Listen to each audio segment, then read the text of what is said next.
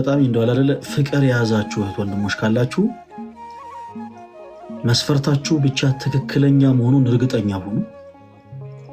መስፈርታችሁ ትክክለኛ መሆኑን ብቻ እርግጠኛ ሁኑ። ከዛ በኋላ እመኑኝ ፈቃደ እግዚአብሔርን አስቀድማችሁ ተራመዱ። ጸሎት አድርጉበት እግዚአብሔር ፈቃዱ እንዲሆን አይደለ። እንደው ብርጣሉ ከምትባል ሴት ጋር የፍቅር ህይወት ውስጥ መግባት የፈለክ ወንድሜ ዝም ብለህ ጸጉርን አታበጥር። በቃ አንዳንዴም እንደው ማበጠሪያም ይጣመማል። ዝም ብለህ ጸጉርን አታበጥር። አንዳንዴም ቤተክርስቲያን ሄድ እያልክ እንደው ጸሎት አድርግ አይደል። እንደው ጌታ ሆይ እንደው ይህች ሴት የኔ ትሆን ዘንድ እንደው ፈቃድ ይሁን ብለህ ጸሎት አድርግ። ኦኬ ልክ አንተ የራስህን እንደምትወክር ሁሉ ደግሞ በተመሳሳይ እግዚአብሔርም ደግሞ እንዲጨመርበት ጸሎት አድርግ። በተመሳሳይ ከበደ ከሚባለው ሰው ጋር የፍቅር ህይወት ውስጥ መግባት የምትፈልጊው እህቴ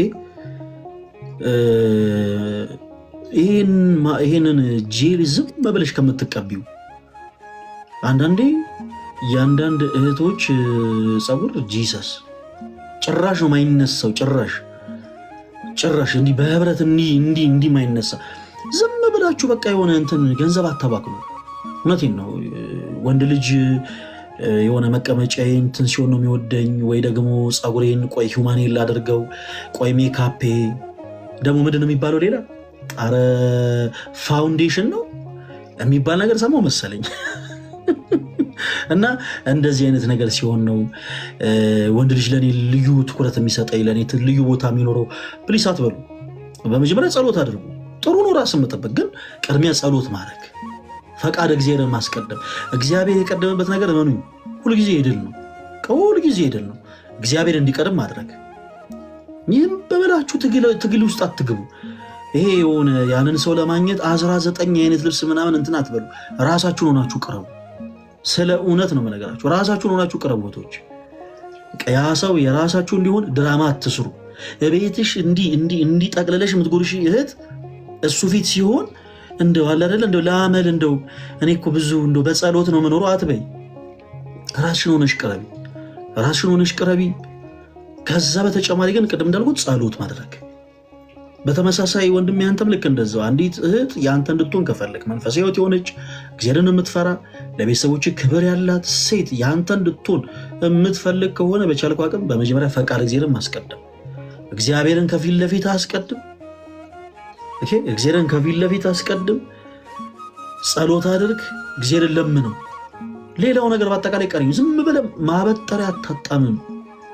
በጌታ በኢየሱስ ዝም ማበጠሪያ የምታጣምሙ ሰዎች አላችሁ። ማበጠሪያ የምታጣምሙ እቤት እናቶቻችሁ ለእግራቸውና ለእጃቸው የገዙትን ቫዝሊን የሚጨርስ ጎረምሳ በአጠቃላይ ተው፣ ግድ የለህም በኢየሱስ። ይሄ ጸጉር ላይ ይሄ ቫዝሊን በቃ ፏ ባለ የምትወጣ ግድ የለህም። በቃ ነገሩን ረጋ አድርገው። ቢያንስ እንደው ወደ 90% ትግልን ወደ ቤተክርስቲያን አድርግ። እውነቴን ነው። ቤተክርስቲያን በሄድክ ቁጥር ቤትን ለጸሎት በቆምክ ቁጥር ሁልጊዜ በጸሎት አስባት። እግዚአብሔር ሆይ አንተ ፈቃድ ከሆነ ይህችን ሴት የኔ ያደርጋት። እንደኔም ፈቃድ አትበሉ። አንዳንድ ጊዜ ጮኻችሁ ጸልያችሁ እግዚአብሔር ዝም የሚላችሁ የእናንተ ፈቃድ ስለሆነ፣ የእናንተ ፈቃድ ደግሞ ገደል የሚከታችሁ ከሆነ እግዚአብሔር አይጨመርበት። እንደው ፈቃድህ አድርገው በሉት አምላካችሁን። እህቴ ልክ አንቺም እንደዛው። በጣም ብዙ ሰዎች ህልም የሚያደርጉትን ሰው የአንቺ የራስሽ የግልሽ ባልሽ ለማድረግ ማሰብ ነውር አይደለም፣ ኃጢአት አይደለም። ግን አላደለ ያንን ሰው የራስሽ ለማድረግ ብዙ መገላለጥ አይጠበቅብሽ። መገላለጡ አይደለም አስፈላጊው ነገር። ያ ሰው ከልቡ አንቺን እንዲወድ ከልቡ አንቺን እንዲያፈቅር በቻልሽው አቅም ወደ እግዚአብሔር ራስሽን ማቅረብ። ሲጀመር የድሮ እኮ ትዳር እኮ እንደዛ እኮ ነው። በጣም ይገርማቸዋል። ድሮ የኛ አያቶች ቅድመ አያቶች ትዳራቸው ሳይፈርስ ምንም በቃ ልጆቻቸው ሳይበትኑ ዛሬ ድረስ እኛን ያደረሱት በነገራችን ላይ ፈቃድ እግዚአብሔርን አስቀድመው። ፈቃድ እግዚአብሔርን ብዙ መጽሐፍ ቅዱስ ገልጠው አንብበው ባያውቁ እንኳን ልክ እንዴት ነው በልቦናቸው እግዚአብሔርን የሚፈሩ እናት አባቶቻችን ስለሆኑ አያት ቅድመ አያቶቻችን ስለሆኑ በእውነት አለ አይደለ ሁሉን ነገር ለእግዚአብሔር አሳልፈው እየሰጡ ነው የሚኖሩት። እና በተቻለ አቅም ሰፊውን ጊዜ ለእግዚአብሔር መስጠት መልካም ነው። ሰፊውን ጊዜ